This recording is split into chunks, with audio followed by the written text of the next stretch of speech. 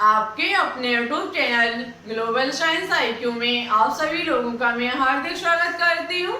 इसी के साथ साथ आप सभी लोगों को गुड इवनिंग। तो जैसा कि आप सभी लोगों को पता है, हम इवनिंग में सोने से पहले 8 बजे के समथिंग एक 500 क्वेश्चन की सीरीज चला रही है, जिसकी ये क्लास नंबर 48 है, जिसमें आज हम आपके लिए NCERT केमिस्ट्री से टॉप MCQ लेकर के आई हूँ, जो कि आपके एग्जाम्स के लिए मोस्ट इम्पॉर्टेंट एंड शानदार क्वेश्चंस होने वाले हैं। तो आप सभी लोग आज की क्लास को बिल्कुल भी स्किप मत करना, अंतर देखना, क्योंकि आज की क्लास में आपको ज्यादातर सभी चैप्टर से क्वेश्चंस देखने को मिलेंगे।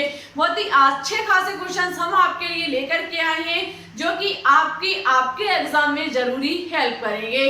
तो फिर चलिए टाइम ना वेस्ट करते हुए बात करते हैं आज के टॉपिक पर। उससे पहले यदि आप हमारे चैनल पर न्यू हो तो प्लीज इसे सब्सक्राइब करके बेल आइकन को प्रेस ऑल पर क्लिक कर लें, क्योंकि हम केमिस्ट्री का कंटेंट आपको इसी प्रकार से देते रहते हैं। चलिए अब बात करते हैं आज के क्वेश्चन नंबर फर्स्ट पर।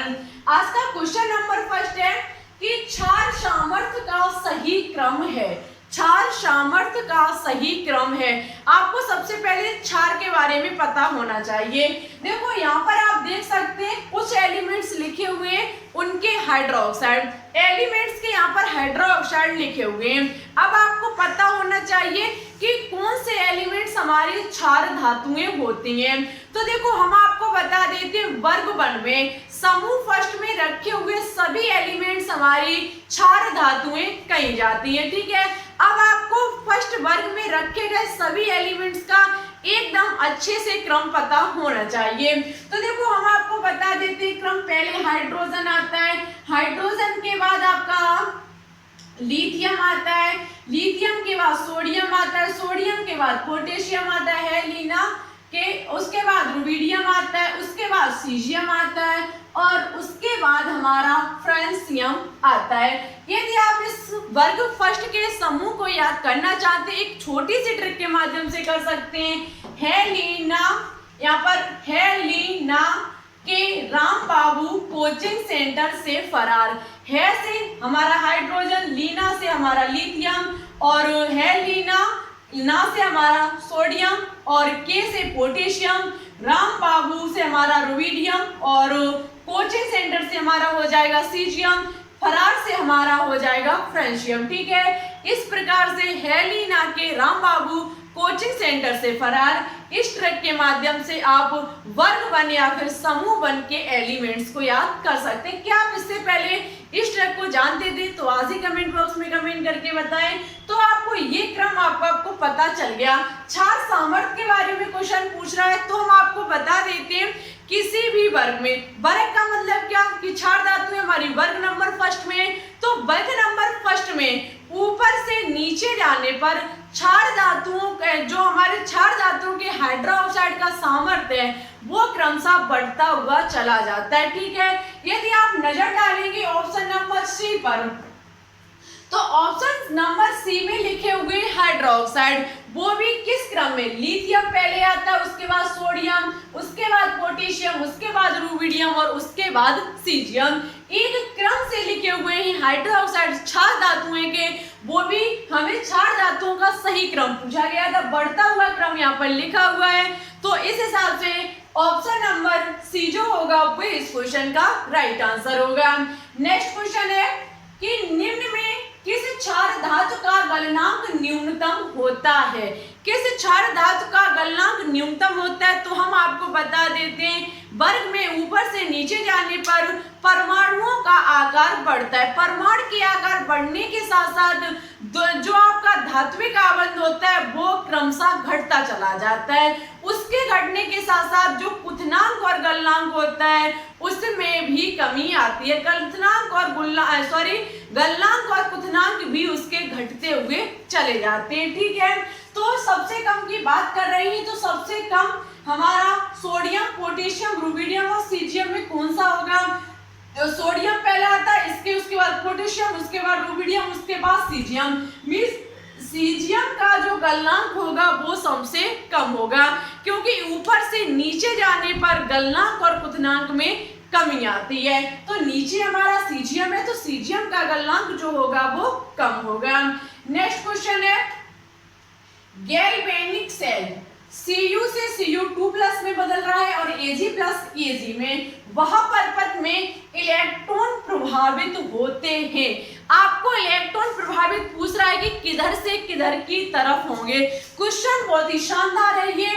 Ag से Au की तरफ, Au से Ag की तरफ इलेक्ट्रॉन वह परपथ में प्रभावित नहीं होंगे, या फिर Ag से Au तथा Au से Ag की ओर। तो देखो आपको डेनियल सेल के बारे में अच्छे से जानकारी होगी। डेनियल सेल में हमने आपको बताया था कि हम जो लेफ्ट साइड लेते हैं एनोड सिरा, जिसकी तरफ हम लेते हैं जिंक का वहां पर होता है ऑक्सीकरण, और हम राइट साइड लेते हैं एक कैथोड सिरे को, जहां पर कॉपर के रूप में हम लेते हैं जिसका अपचयन होता है। ठीक है, अब आप दिमाग लगा सकते हैं कि हमारा जिंक ऑक्सीकरण कर रहा था, अपचयन हमारा कॉपर कर रहा था, तब इलेक्ट्रॉन जिंक से कॉपर की तरफ जा रहे थे। समझ में आ चुका होगा आपको कि जिस तरफ ऑक्सीकरण होगा वहां से इलेक्ट्रॉन, क्योंकि ऑक्सीकरण का मतलब है इलेक्ट्रॉनों का दान करना, जिस तरफ से इलेक्ट्रॉनों का दान किया जाएगा उसकी ऑक्सीकरण संख्या में वृद्धि होगी, साथ ही साथ वहां से इलेक्ट्रॉन जाएंगे किसकी तरफ, जिसकी तरफ अपचयन हो रहा होगा। आप देख सकते हैं कॉपर की ऑक्सीकरण संख्या पहले 0 थी, उसके बाद 2+ हो गई। समझ सकते हैं जहां ऑक्सीकरण संख्या में वृद्धि होती है ऑक्सीकरण होता है। यहाँ पर Ag प्लस Ag में बदल रहा है, ऑक्सीकरण संख्या प्लस की 1 से 0 हो रही है, अपचयन हो रहा है। मीन्स ऑक्सीकरण और अपचयन, ऑक्सीकरण से अपचयन की तरफ हमारे इलेक्ट्रॉन जाएंगे। मीन्स कॉपर हमारा ऑक्सीकरण करेगा, Ag हमारा क्या करेगा, अपचयन। तो कॉपर से Ag के ओर इलेक्ट्रॉनों का गमन होगा। इलेक्ट्रॉन ऑक्सीकरण से अपचयन की तरफ जाएंगे। ऑप्शन नंबर बी जो होगा वो इस क्वेश्चन का राइट आंसर होगा। नेक्स्ट क्वेश्चन है, निम्न में कौन सा आयोडीन के आकार का उचित क्रम है।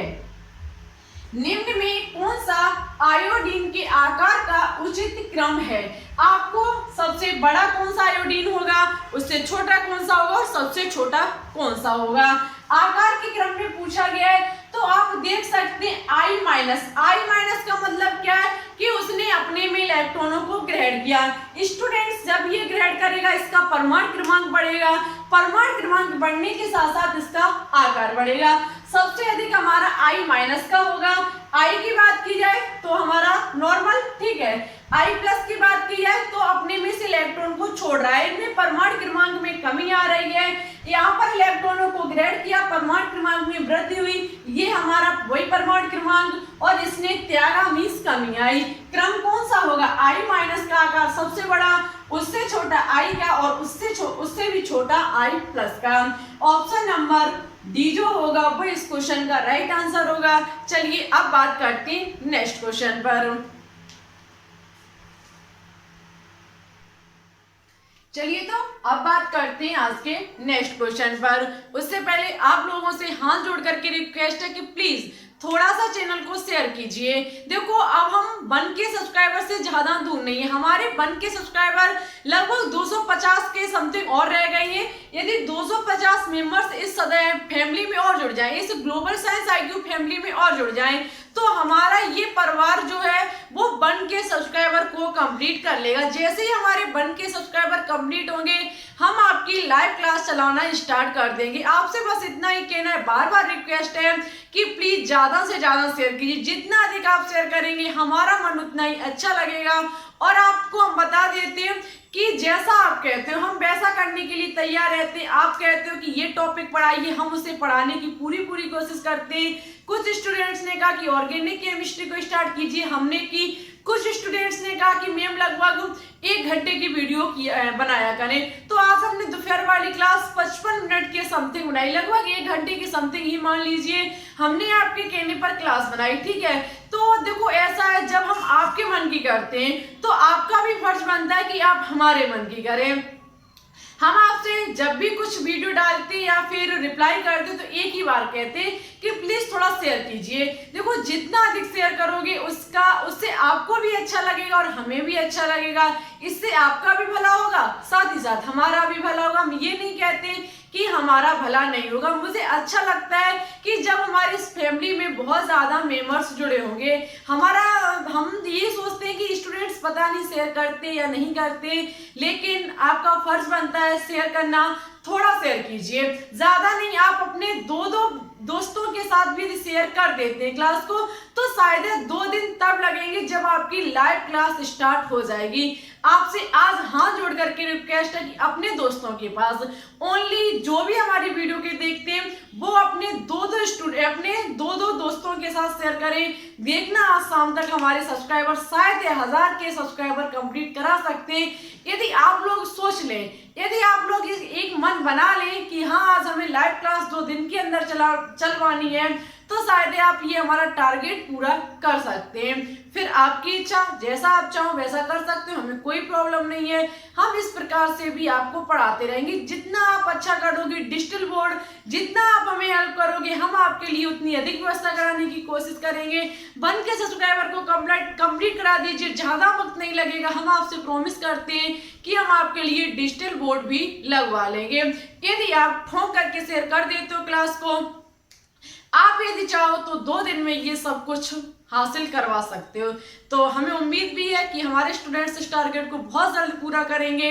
देखते हैं कौन कौन स्टूडेंट्स इसके लिए तैयार है। ठीक है, कुछ ऐसे स्टूडेंट्स हैं, हम फिर भी कहते हैं कि बहुत सारे स्टूडेंट्स हैं जो इस टारगेट को पूरे करने में हमारे जी जान से लगे हुए हैं और हमारी हेल्प भी कहते भी हैं कि हाँ मैंने शेयर किया। उनके लिए बहुत बहुत धन्यवाद। आप इसी प्रकार से सपोर्ट करते रहिए। ये आपका परिवार है, आप इस परिवार के एक मेंबर्स हैं। ठीक है, तो जितने अधिक मेंबर्स इस फैमिली में जुड़ेंगे, इसमें पढ़ने में और भी ज्यादा मजा आएगा। ठीक है, तो चलिए अब बात करते हैं आज के नेक्स्ट क्वेश्चन पर। नेक्स्ट क्वेश्चन है कि कार्बनिक यौगिकों में मुख्यतः निम्न बंद है। आप आज देख सकते हैं मेरे चेहरे पर खुशी नहीं है, इसका कारण हम आपको बता देते हैं। मेरे बहुत अधिक इस वक्त सर में दर्द हो रहा है, फिर भी हम आपके लिए क्लास लेकर के आए।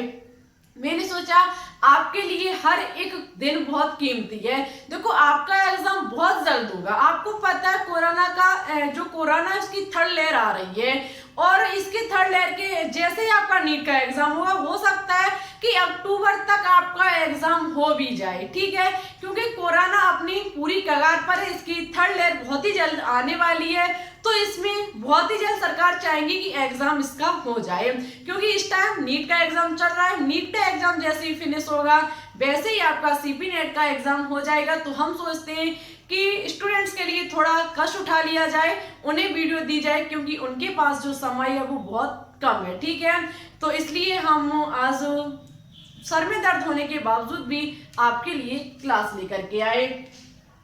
तो देखो कार्बनिक यौगिकों में मुख्यतः निम्न बंध होता है: सही संयोजी बंध, आयनिक बंध, उपसही संयोजी बंध या फिर हाइड्रोजन बंध। तो देखो हम आपको बता देते हैं, कार्बनिक यौगिकों में जो बंध पाया जाता है वो सही संयोजी बंध पाया जाता है। बहुत ही इंपॉर्टेंट क्वेश्चन है कि कार्बनिक यौगिकों में कौन सा बंध पाया जाता है। कार्बनिक यौगिक ऑर्गेनिक केमिस्ट्री, अभी आपको आगे चल के जब संकट पढ़ाएंगे, अभी आपने इनऑर्गेनिक केमिस्ट्री के संकट पढ़े होंगे, लेकिन अभी तक आपने ऑर्गेनिक केमिस्ट्री के संकट नहीं पढ़े होंगे। उसमें जब हम आपको संकट पढ़ाएंगे तब आप देखोगे कार्बनिक यौगिकों के मध्य सही संयोजी बंध पाया जाता है। ऑप्शन नंबर ए जो होगा वो इस क्वेश्चन का राइट आंसर होगा। नेक्स्ट क्वेश्चन है कि जब किसी कमरे में एक बारीक सुराख में से प्रकाश अंदर जाता है तो धूल के कण इस कारण दिखाई देती। क्वेश्चन को देखो कितना घुमा के रखा गया है।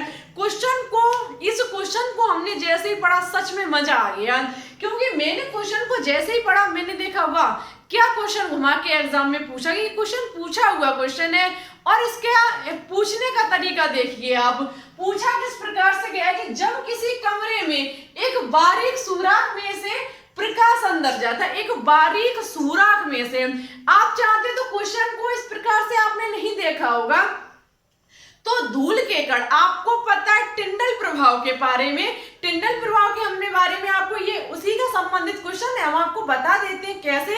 तो हमने आपको कहा था कि जैसे मॉर्निंग के टाइम पर आप जब अपने रूम के दरवाजे को या फिर विंडो को खोलते हैं तो आपने देखा होगा कि प्रकाश की किरणें आपके रूम में प्रवेश करती हैं और उसमें आपको कुछ चमकते हुए कण नजर आते हैं, कुछ चमकते हुए बारीक से कण नजर आते हैं, जिसमें होता क्या है कि जो प्रकाश विंडो के माध्यम से आ रहा है, ठीक है, और हमारे रूम में उपस्थित है धूल के कण, उन धूल के कण से प्रकाश प्रकीर्णित हो रहा है।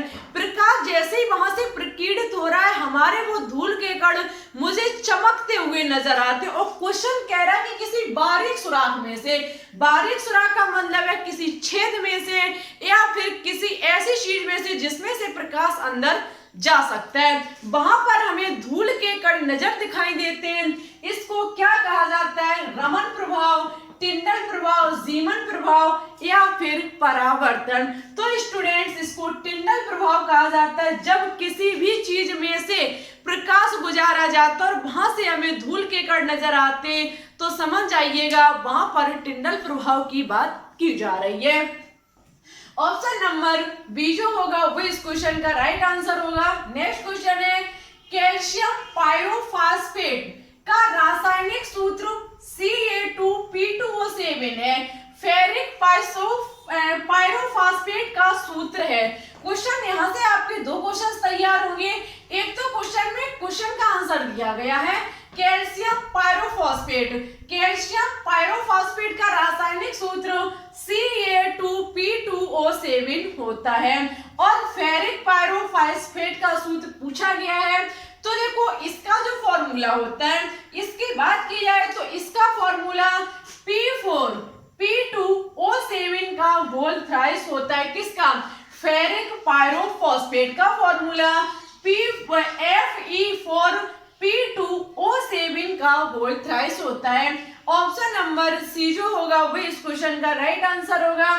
नेक्स्ट क्वेश्चन है कि पायरोलुसाइड अयस्क किस धातु का अयस्क है? पायरोलुसाइड अयस्क किस धातु का अयस्क है? साथ ही साथ इसका क्या सूत्र होता है, आपको हमारे कमेंट बॉक्स में कमेंट करके बताना होगा। पायरोलुसाइड अयस्क का क्या फॉर्मूला होता है और ये किस धातु का अयस्क है, ठीक है। इसका कौन सा ऑप्शन राइट होगा, आपको हमारे कमेंट बॉक्स में कमेंट करके बताना होगा। आज का नेक्स्ट और लास्ट क्वेश्चन है, कैल्शियम साइनामाइड का सूत्र है, कैल्शियम साइनामाइड का सूत्र पूछ लिया जाए एग्जाम में तो CaCN2 कैल्शियम साइनामाइड का फॉर्मूला होता है। ऑप्शन नंबर बी जो होगा वो इस क्वेश्चन का राइट आंसर होगा। आज के लिए आपके कुछ क्वेश्चंस कम भी होंगे, लेकिन क्वेश्चंस अभी बहुत ही इंपॉर्टेंट एंड शानदार क्वेश्चंस थे। साथ ही साथ यदि आपको आज की क्लास अच्छी लगे, पसंद आए, तो प्लीज इसे लाइक एंड दोस्तों के साथ शेयर करना बिल्कुल भी ना भूलें, क्योंकि एक वीडियो के कंटेंट प्लस उसे बनाने और अपलोड करने में बहुत ज़्यादा टाइम लगता है, ठीक है।